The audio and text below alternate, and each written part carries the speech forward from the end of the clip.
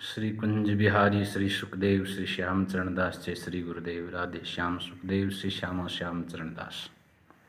जैसा कि समस्त परिकर को विदित होगा कि आज श्रावण मास की अमावस्या अर्थात हरियाली अमावस्या के दिन श्री सुख संप्रदाय में संप्रदाय के मध्यम आचार्य मध्यकाल में संप्रदाय का निरंतर उन्मेष करने वाले अनन्य ऋषिकाचार्य अनंत श्री संपन्न श्री स्वामी सरस माधुरी शरण जी महाराज का जन्म महामहोत्सव है। आज के दिन ही उनका इस भूतल पर ठाकुर जी की भक्ति के प्रचारार्थ श्री घासीराम जी श्रीमती पार्वती देवी के यहाँ जन्म हुआ था। इनका जन्म तत्कालीन ग्वालियर राज्य के मंदसौर में हुआ था। गौड़ ब्राह्मण परिवार में जन्म का नाम रखा गया शिवदयाल। इनके पूर्वज अलवर के खानपुर में रहते आए थे और ग्वालियर में मंदसौर में सरसूबा यानी एक तरह के सूबेदार होते रहे थे। तो मंदसौर में ही महाराज का जन्म हुआ पार्वती देवी की कोख से संवत 1912 में। इसी दिन हम इनका बधाई महोत्सव जन्म महोत्सव मनाते हैं। श्री रसिक माधुरी शरण जी महाराज जो इन्हीं के पुत्र और इनके उत्तराधिकारी हुए, श्री प्रेम माधुरी शरण जी महाराज, श्री रूप माधुरी शरण जी महाराज, सब संतों ने इनकी बधाइयाँ लिखी हैं। प्रेम माधुरी बाई जी ने तो एक बधाई में वर्णन किया है कि सरस चंद्रमा बहना मेरी प्रगटिया जी रेन अंधेरी माए। हे सखियों, आज अमावस्या की अंधेरी रात होगी, लेकिन हमारे यहाँ तो सरस चंद्रमा प्रकट हो गया है। महाराज सरस माधुरी शरण जी के रूप में ऐसा चंद्रमा प्रकट हो गया है जिन्होंने अमावस्या की अंधेरी रात्रि को पूर्णिमा की उज्जवल रात्रि बना दिया है। पूनों को चंदा सब लखेरी, मावस को दर से नाए। पूर्णिमा के चंद्रमा को सब देखते हैं, अमावस्या को चंद्रमा होता ही नहीं है। फिर भी प्रेम माधुरी बाई जी कहती कि हमने देखा है अमावस्या के रात्रि को चंद्रमा, मावस की पूनों है गई। और जब हमने देखा अमावस्या के दिन सरस चंद्रमा को, तब अमावस्या की रात्रि पूर्णिमा की रात्रि बन गई। ऐसा भक्ति का प्रकाश महाराज ने फैलाया कि पूर्णिमा ही पूर्णिमा अर्थात भक्ति का ही प्रकाश चारों ओर हो गया। कुछ समय बाद इनके पिता श्री घासीराम जी मंदसौर से खानपुर में आकर के रहने लगे और खानपुर में भी कुछ ही समय रुके। किन्हीं कारणों से वे बहादुरपुर अलवर में आकर के रहने लगे। बहादुरपुर इनकी माताजी का पीहर और महाप्रभु आचार्य चरण का ननिहाल रहा है और श्री दंडोती राम जी महाराज की यहाँ प्रधान गद्दी प्रधान थांबा रहा है। तो यहाँ आकर के रहने लगे। अब दंडोती राम जी महाराज का स्थान था। बहुत से संत चरणदासी महात्मा यहाँ समय समय पर आते थे। तो श्री बलदेव दास जी महाराज पधारे और बलदेव दास जी महाराज के इन्होंने दर्शन किए।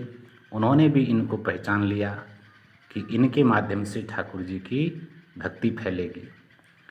तो महाराज को श्री बलदेव दास जी ने दीक्षा दे दी और नाम रख दिया सरस माधुरी शरण। इससे पहले ही घर वालों ने इनका विवाह ब्रज के किसी गांव में करा दिया था।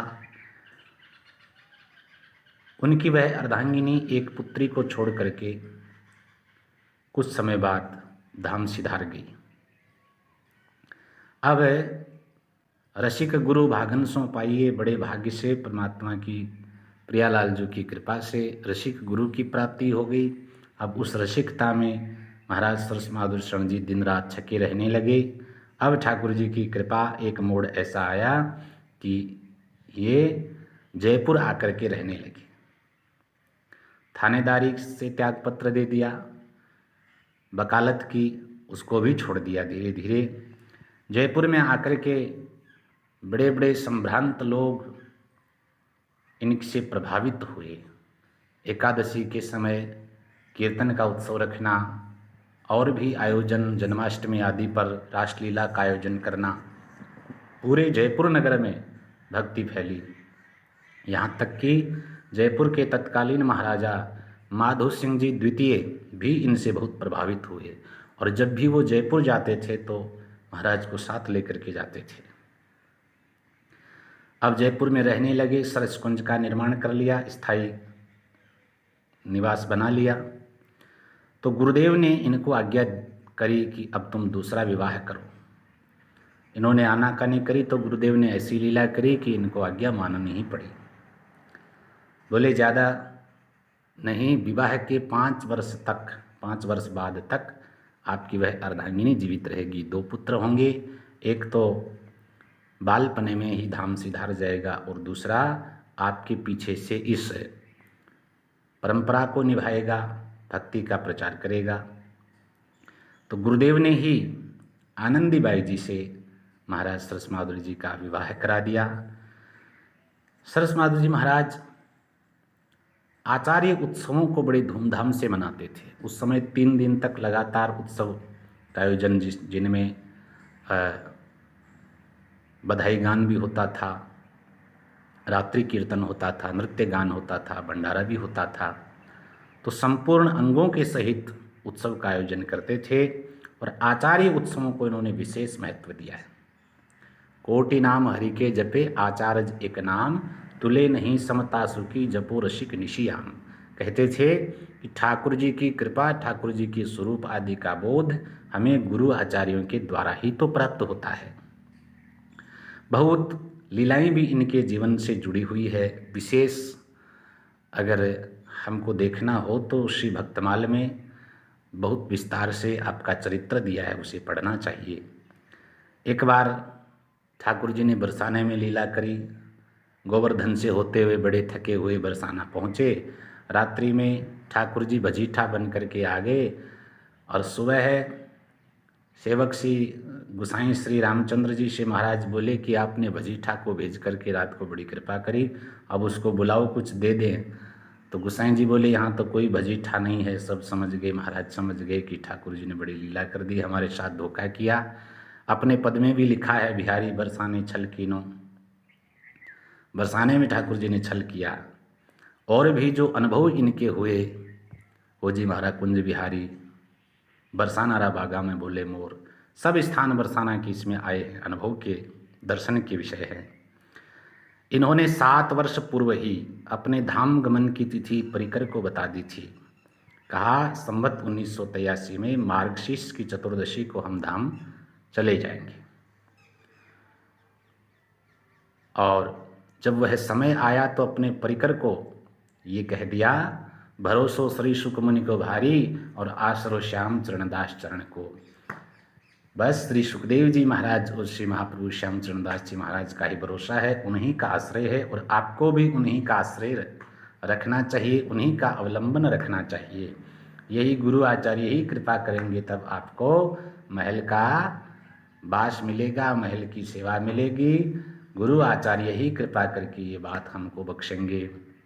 तो उनके आश्रित, उनकी कृपा पर निर्भर रहना है। तो आचार्यों पर, उनकी कृपा पर विशेष बल दिया है।